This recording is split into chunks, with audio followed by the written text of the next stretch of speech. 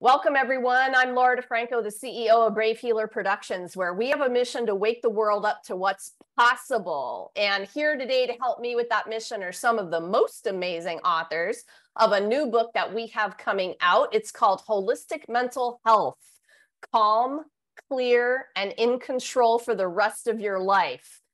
I have to tell you, I'm in love with our subtitle. Like, what? Really? Really, are you going to make that promise? It's a bold promise. And I have a big thank you to give to Laura Mazzata.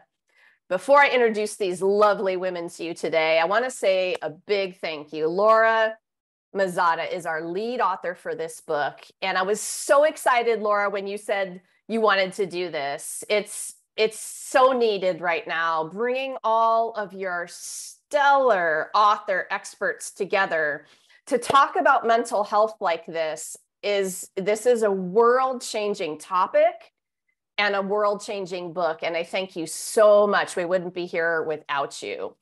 So who else do I have here today? I have Dr. Bonnie Jewell. She's the owner of Natural Health and Wellness and founder of Quantum Response Technique, where she has a track record of helping Christian women restore their health naturally and in a way that aligns with biblical principles. Darlene Soshin is an expert in self-care and creating daily inner peace practices specifically for caregivers, therapists, and healers, because commitment to yourself as a service provider is not just courageous, it's imperative. Tammy Lance is with me, and she's an intuitive eating counselor and food and body coach, guiding you to love your food, love yourself, and love your life. And Vienna Costanzo April is a licensed therapist and Reiki master who incorporates elements of spirituality and holistic healing into her therapy sessions. Oh my gosh. Are you ready for the power that I have in my Zoom room right now, y'all? I mean, I think we can feel it already. Ladies, I'm so excited to have you here today. Let's see, Bonnie, you're going to start the party off. Tell us about your amazing chapter. Great, thank you. My chapter is chapter 6. Its title is Tap Out, Tap In, Find and Fix Mental Patterns That Are Making You Sick. So in the chapter, I talk about how I came into creating this particular system of tapping. Many people are familiar with tapping, I think, in your group, probably, maybe. And tapping is a way where you can just tap out things that are not working for you. And I was stuck in a hotel room on the 7th floor because a wave of anxiety hit me. And I don't know if you've ever had that, where you just have out of left field, something happens that interferes with your ability to function. And I had been studying tapping and Psyche, which is another technique for reprogramming your brain in order to have you be more functional and less a victim to those emotions and feelings and thoughts that come up. And so in my story, I share how that came about and what I was faced with and how I got off that 7th floor. The tap out is you tap out what isn't working for you, and then you tap in what is working, what you do want to have happen. So you can tap in something more powerful, a more powerful belief or a more powerful feeling. So I know tapping well. And for those of you who might, I don't know, just be hearing about tapping for the first time this moment, I would be surprised, but I know you're out there and you're like, what the heck is tapping? Okay. Mm-hmm. Emotional freedom technique is part of the way that we talk about that. And there are lots of different ways to tap. But what I wanted to say about it and ask Bonnie about is I didn't realize how immediately effective this modality was until I tried it. And what surprised me the most was I literally left. I had a practitioner helping me for the first time, and there was an exchange going on back and forth with her. And I left the office feeling physically lighter. Like there was a physical manifestation of what we were doing in our dialogue and literally tapping points on ourselves. And that's part of it, right, Bonnie? So tell us more about that connection. Like, how does that happen? Well, in my, what happens is we have an experience and it locks in our body in some way. I use the tapping a lot for healing organs. So if you have heart disease or something with your liver or adrenal fatigue, what I do is I identify what the organ is. And then what we do is we figure out, is there an emotion that's stuck into that organ? And we can actually energetically release by tapping just tapping on your body. You can tap the organ and it will release the trauma or the thought that's in there. And a lot of times people have the feeling that they're not safe, or that it's not safe to be healthy or safe to be well, is what I see. And by just merely tapping, I actually just tap here. I know there's a lot of different ways to do it, but I keep it simple, kind of shortcut everything so that we can just release what's stuck in there. And I agree, it just releases that emotion out. And I've seen people have IBS resolve very quickly, just right after a session, because they're taking all the supplements, eating all the right things. And then you do a little tapping on there, you release the stuck emotion or the stuck feeling or the stuck thought. And then suddenly you can have a bowel movement again, or you can go jogging again. Awesome. Yeah, it's powerful. Okay, guys, stay tuned for more from Bonnie in a few minutes. Bonnie, thank you so much for being here today. So Darlene, you are next up in this party. Tell us about your amazing chapter. My chapter is chapter 17, and it's titled End the Cycle of Caretaker Burnout and Taking the Shame Out of Prioritizing Your Own Health. So in 2005, I was diagnosed with cancer, and I had my chapter is all about what turned me from like mainstream thinking into understanding more of an alternative, holistic approach to health and well-being. And I was actually 3 days after a cancer diagnosis visited by 3 archangels, just came down, and I'd never had an experience like that before. And it was just so like this hug, like something I've never experienced before in my life. And they explained that they were going to guide me. I was going to be okay, and that they would guide me into what this experience would be about. And the next day I woke up and was guided to go to the bookstore and learned all about Reiki, hands-on healing. And that turned into a career, a new business. And the focus is helping people to really take care of themselves, because especially women, moms, healers, therapists, caretakers, we are conditioned to believe that we have to take care of everybody else first. And even the idea, somebody knowing you put your oxygen mask on first, the majority of the clients that have come to me, they understand that, but the conditioning is so much deeper. So the work that I share with people, different practices, mainly Reiki, Japanese Reiki training, because what is so important is a daily practice so that you keep in touch with yourself. You're connected to what your body needs and what your emotions and your energy are telling you. And when you do this every single day, you're on top of it. You're prioritizing your health. And when you make it a daily practice, there's less shame or guilt about it, because it's already a part of your habitual routine. So you don't stop yourself in doubt or question, should I do that first or take care of him over here? You are already taking care of yourself if it's a daily practice. So Reiki training is one of the works that I do with clients, and another is intuitive assessment to figure out what works best for somebody, because it might not be the Reiki training, and there are many other modalities in my tool belt and other ideas that people resonate with. And I tap into that, and I help people design their own daily practice so that they do become their own and their first priority in their life.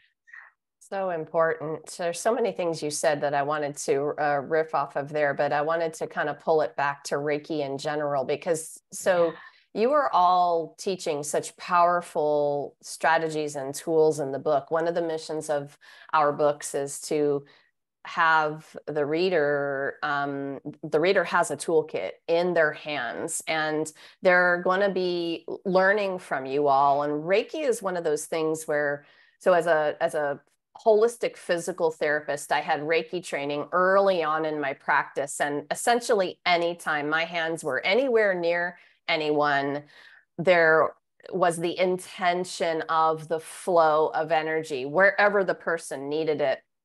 But the biggest thing for me, because, you know, we always want to give as healthcare providers, as Darlene is talking about, the biggest thing for me was, could I receive?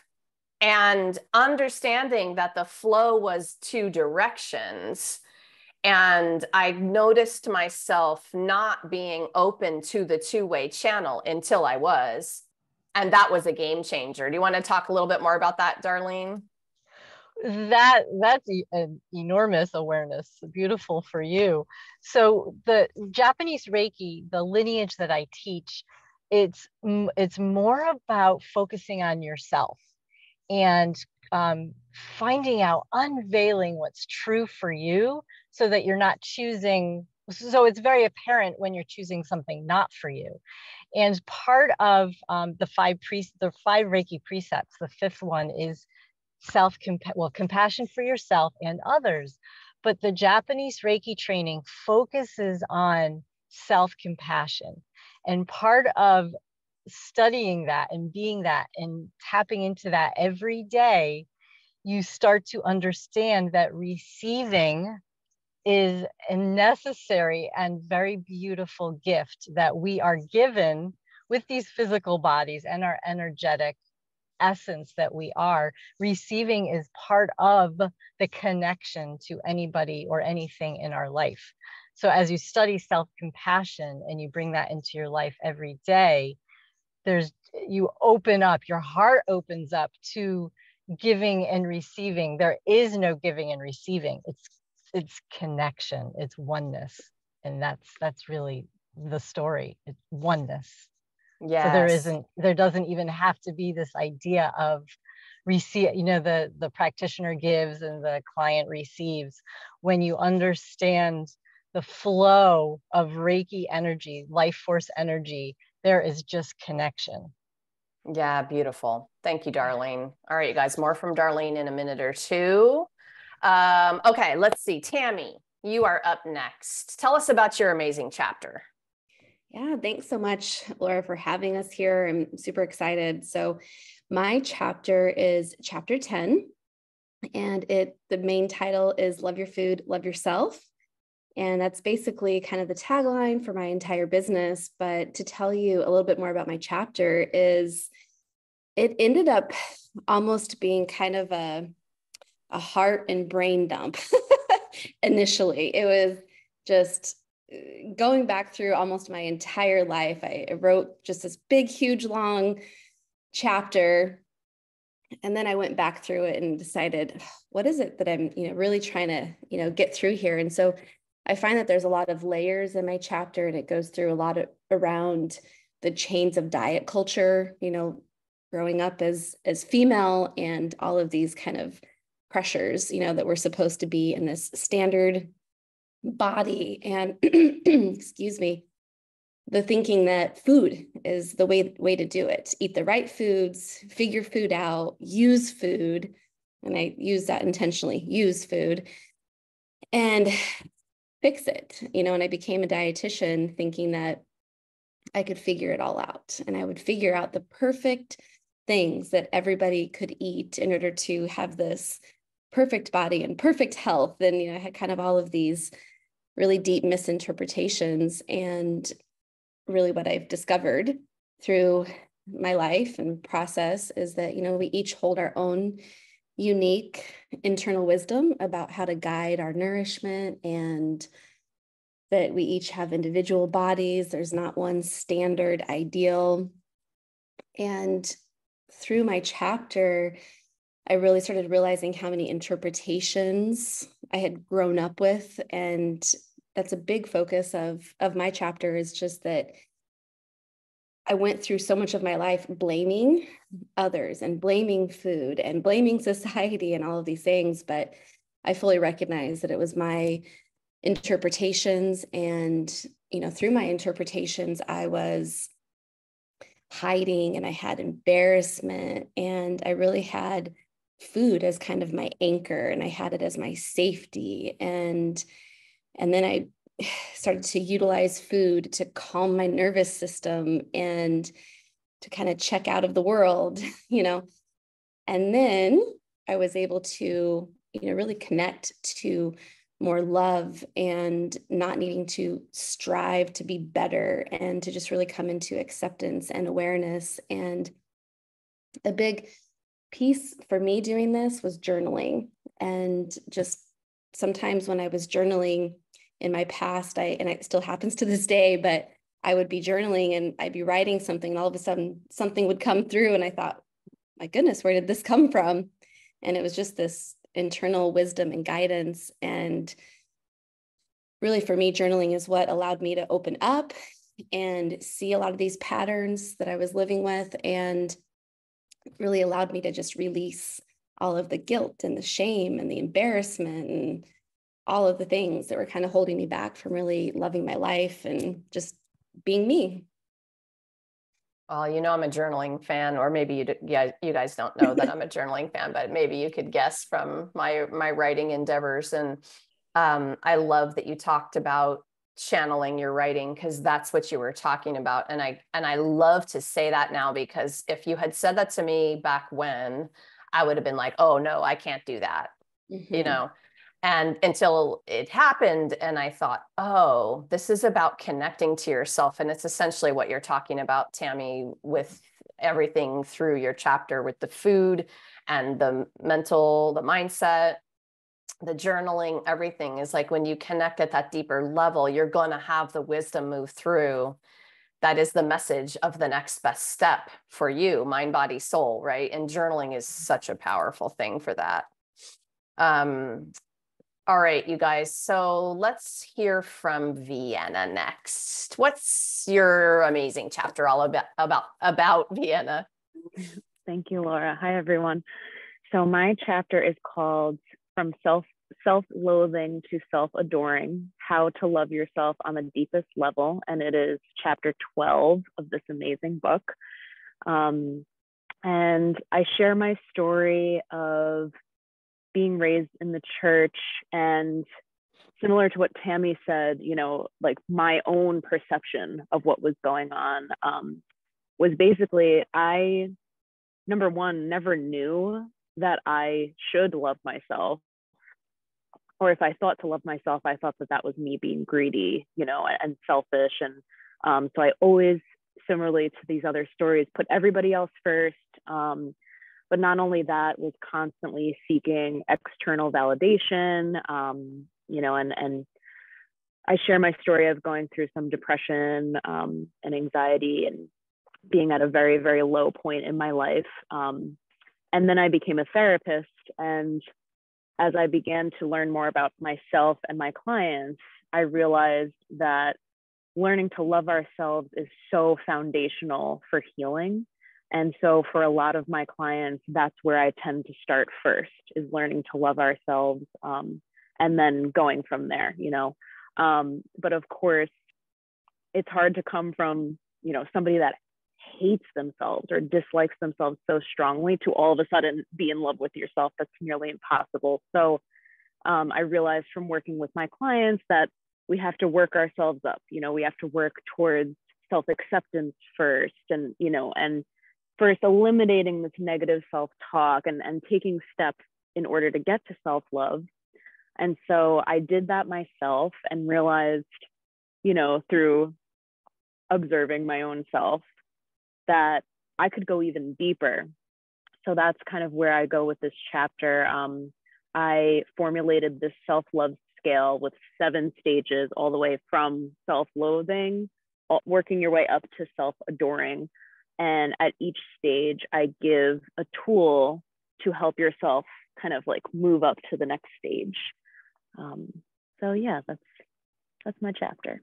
I love it. You're making me think of just you know, when you're having a bad day, and people say, oh, just be happy. And you cannot jump from where you are to happy. It just is, it's too far of a jump. And that's kind of how you're talking about this too. And I always think of it as, well, what if we could just bring the teeter-totter to neutral? Right. What if we just take a few breaths and clear our mind and come into a neutral space, right? That would be higher vibration than that low place. And I love that advice of taking the steps. And I also absolutely love even just the term self-adoring, because isn't that what the feeling, it's the feeling I don't know, it's hard to say it out loud, but it's the feeling that we want to have. So it's time to give it to yourself, right? What else do you want to talk about there? I agree, because it's not just I love myself, it's like I wanted to get to a point where I can look at myself in the mirror and feel, like, really feel that warm and fuzzy feeling towards myself, and like just like hug myself and just be able to say, I effing love you so much, just like I do with my dog. That's kind of what inspired me. Was one morning I just took my dog's little face and I'm like, you are just so adorable, I love you so much. And I got that thought, like, wow, imagine if I could do that with myself. And I knew in that moment that I certainly was not ready to go there. So that's where I knew there was more room for growth in that area. I love that you brought up the dog. Yes, haven't we all done that to our pet? Like, oh, and that feeling, right? There's that feeling. It's about that feeling, which is the energy. And if we are doing that, then we are that. And then that's what we get to radiate out to the world as well. So I wanted to say just a quick thank you to all of you, honestly, for not just for saying yes to this project, but for stepping up in the way that I challenged you to offer that vulnerable story, but also the master teachings you are dropping in this book. These are world-changing nuggets, and I want you all to know how grateful I am to you for really taking on the challenge of getting this done, right? You're master teachers, you teach all day long, but it's quite another thing to put it in black and white, publish it in words in the book, and let it go out into the world, right? And so you're all warriors in my book for doing that, and especially for stepping up as mental health professionals in a time where the world needs to have a different conversation about what this is. They need to understand all the possibilities. And you all are doing that, which is just badass in my book. So speaking of mental health, and specifically how we put the word holistic in front of that, Darlene, I'm going to start with you for this next one. Why is it important to use a holistic approach when it comes to mental health? That's a great question, and why I always say including Reiki or some other form of energy work is because that is one of the last areas that somebody might think of to include.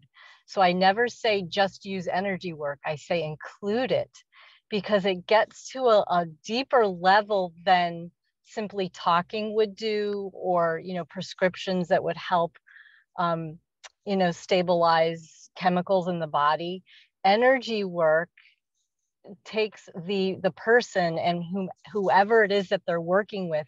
You go to a deeper level that's not visible, and it isn't even always necessarily on the surface. Energy work calms the body, it relaxes the body, so you can go to a place where you can't with other, more mainstream type of modalities.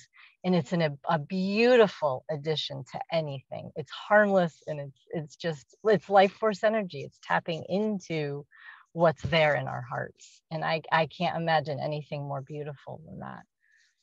Yes, thank you for kicking off that question so beautifully. There's so many different ways to understand this. And that is why I wanted all the voices in these books. Tammy, what do you want to add to that? So why holistic when it comes to mental health? Yeah, I really, really love this question. And that's because I have a saying with the clients that I work with is that how you practice food or how you do food is how you do life. And I say this because oftentimes it's very correlated that, food can really be our teacher towards understanding how we're experiencing life in a lot of other fashions. And so just to give kind of a tangible example there, oftentimes if someone says, I feel really out of control with food, my question may be, where else in your life do you feel out of control? So to me, food is kind of a mirror to so many other things. Food can be the mirror to how do I feel about myself? How do I feel about my life? How do I feel about my relationships? It just it spreads throughout our entire life, in my opinion. So I like more of the holistic approach and looking at all of it, because how you impact one part of your life, you're going to impact another part of your life. I think that's so true for almost everything, but that could be an eye opener for some people if they just pause with that for a minute.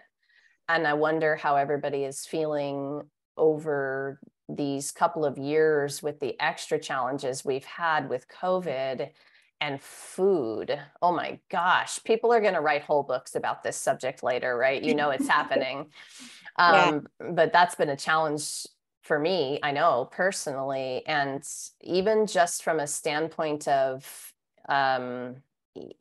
ordering in, not wanting to go out to the grocery store, oh my gosh, we could talk about this for all day, right? Mm-hmm. It's complicated. Definitely. Yeah. So I want you guys to, pause with some of these nuggets. Are you recognizing yourself? And that's good, even though it's a little scary sometimes. It's like, okay, is that me? Is she talking about me? Is she calling me out? She's totally calling me out, right? Okay, so that's an opportunity though, a big one. Okay, Vienna, what do you want to add to this one? Why holistic? Yeah, similarly to what I was saying before, regarding self-love, it's one thing to treat the symptoms, which can be helpful. Like it's one thing to work to cognitively change your patterns. For example, like negative self-talk, that can have an effect on someone in a positive way. But holistic healing in this aspect is really embodying the practice and becoming it and unlearning all these things that are deep within us and not just treating the surface level symptoms. Yes, definitely. All of these things. You guys are so brilliant with this question. All right, Bonnie, what do you want to add to this? It's hard to go last on this question, I know, but. Oh, wow. Yeah. What everybody said is just so beautiful and reinforces how grateful I am to be part of this team and the group of just amazing healers here. And what Tammy said about like how you do one thing is how you do everything, right? And so it's a great, no matter which modality you choose or what you're drawn to, it's really about getting back to love and exemplifying that. And I think just going back to how a lot of women want to take care of other people before themselves. And I was listening to one of my patients say recently, I don't know why my daughter is not taking care of herself. I keep telling her to take care of herself. And I said, well, what are you showing her and how to take care of herself? And she wasn't. She was busy taking care of everybody else. So her daughter was mirroring that. And so I think when we look at self-love, caring for ourselves, getting Reiki, getting counseling, getting coaching, working on your food, know that people that you love, especially your children, especially your community, they're watching you and they're noting what you're doing. And so when you take care of yourself and you love yourself so much, like, who was it? Was that Vienna who said that? When you look at if you love yourself, like you look at your dog or your cat, like, I love you so much. Bringing that back to yourself, if you model that for your children and the people that you love, they'll do that. So loving yourself, that's loving your family and loving your children. I love that. And it's important to understand what you're modeling for your children and everyone else. Okay. So these gifts of awareness that you are all giving today are amazing. And everything is about awareness for me. This book is full of those gifts. For me, I say it with feeling is healing, and feeling is an awareness practice. So helping people to feel is part of this for me in all the ways, noticing our thoughts, feeling sensations in our body, understanding our intuition. I mean, all the ways. So Tammy, I'm going to ask you on this one first. What's your personal practice of awareness look like in your day-to-day? Give us one example today of that. Ooh, okay, one example of self-awareness. For me, it's just a checking in. It's a simple checking in, taking just that micro moment to check in and say, how am I doing? What is it that I need right now? Kind of coming into the present, because I find that we can spend so much time either worrying about the future or angsting over the past, and we really get nowhere forward. And so it's just really coming to that present moment. What is it that I need right now in this moment? Where am I at? So just kind of a micro check-in. And this becomes a habit. You know, there's kind of some elements of needing to work up towards making it a habit, but just creating that habit of just checking in. What do I need right now in this moment? A really good habit that becomes a practice, that becomes a discipline, that becomes you. Mm-hmm. And that's, I mean, for all of the nuggets our listeners are hearing today, that's the path. And so you have to understand that all of those micro moments are so important. So that was perfect, Tammy. Thank you. Vienna, how about you? Can you give us a little window into your day in terms of one of the ways you connect and practice like this? Definitely similar to Tammy. Just making sure I take a deep breath, you know, especially after interacting with people, with other people. You know, I tend to come back to myself after just to see, you know, how am I feeling? Am I feeling anxious? Was I people pleasing in that moment, for example, you know, and just reflecting a little bit on what I said and how that made me feel and things like that. So yeah, especially when I get that, it's almost like when I walk into a new room, you know, it's like that transition. I remember to take a deep breath and just check in with myself.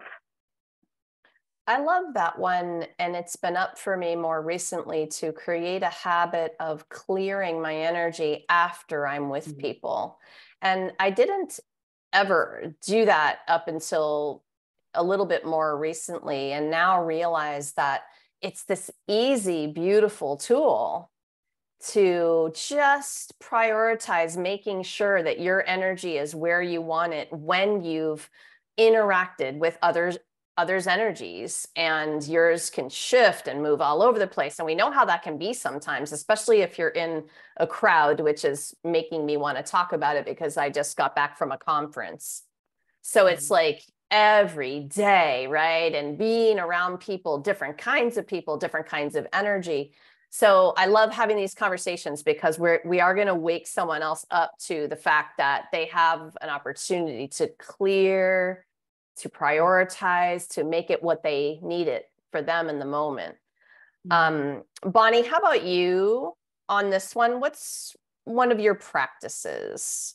I love this question. And I think we have a theme, excuse me, for checking in with yourself. So I love to meditate, and that's how I connect with God and the divine. And so, you know, there's the channel that goes right up to the divine. So when I'm checking in with myself, I take a moment and I just imagine and feel that life force coming down into myself. I have learned that the heart field goes 3 feet out on either direction. And so sometimes, especially if I get in contact with somebody who's irritating to me, if you've ever done that, where you get around somebody and you're like, ugh. So I started doing a practice where I engage my heart center and I push into their field rather than having them push into mine. So that's just check-in that I do, and then also just the practice of pushing my heart field out into other people and smear that love all over the place. You made me have to chuckle, like, it, when somebody like kind of feels annoying and I'm like, yeah, I felt that before. It's like everyone has felt that before, but that's your opportunity to just pause, like, ooh, what is that thing I'm feeling, right? And then take responsibility for shifting it, because you can. Darlene, how about you? Tell us about one of your practices. Exactly all of this. So realizing, acknowledging we are energy beings beyond the physical body. We are going to pick up on everybody else's energies, emotions, even their thinking, their belief systems. So because of that, I not just clear my energy, but I ask every morning, and I go to bed every night asking that all energies that don't belong to me, I do it in the shower, go down the drain or go down into the earth. And I get rid of everybody else's energies that way without having to know where it came from. It just happens naturally. So I get rid of others' energies. And I also ask that those energies that no longer serve me, that include thought patterns and belief systems, also go down the drain or into the earth. And that way I start every day and end every day with a clear energy field. I love that. I loved coming to the visual that the earth or the sky, the universe, the heavens above, either or, has the power to alchemize whatever I let go of. Yeah. Like, because you don't want to feel like you're dropping all your shit into the earth, right? Like you do, but there's such power in the energy there. You can imagine it just transmuting everything, right? And turning it into good stuff like compost. Right. And that's what nature does. Nature Yes. knows how to neutralize and transfer and alchemize whatever she's given. That Mother Gaia is an alive, living being and knows how to balance the energies. Yes. Yes, yes, yes. Love that visual. All right. Amazing women. I have one more question for all of you, and it really has to do more with our listeners today. This has been a tough couple of years, and people had their stuff before the couple of years started. And so it's been extremely challenging to manage this level of anxiety, I believe. And that's one of the reasons why I'm so excited about gifting this book to the world. But for our listeners, Vienna, I'm going to start with you. What's that one thing you want them to know about stepping onto this healing journey?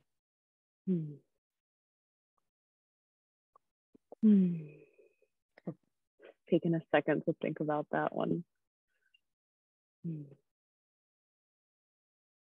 That the universe wants you, the universe, God, whatever you use, wants you to love yourself so that your gifts can shine through with, confidently, because you have these gifts for a reason, to contribute to the highest good.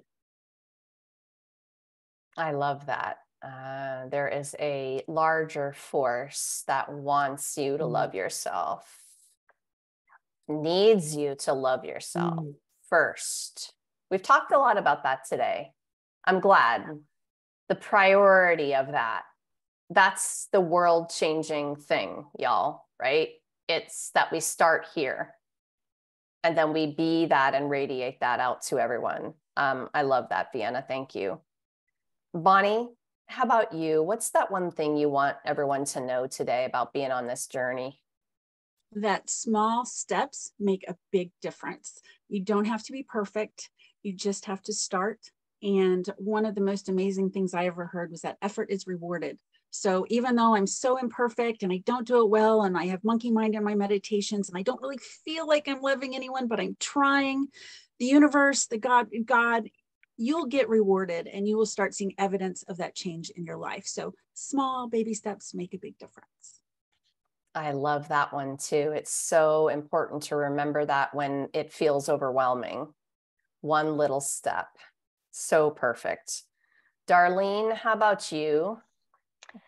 That inner peace. So if we are connecting to our own hearts and choosing for ourselves and choosing for what will help us get to that inner peace, that's the answer to everything. It's inside of us. You know, we have peace in ourselves when we practice that daily.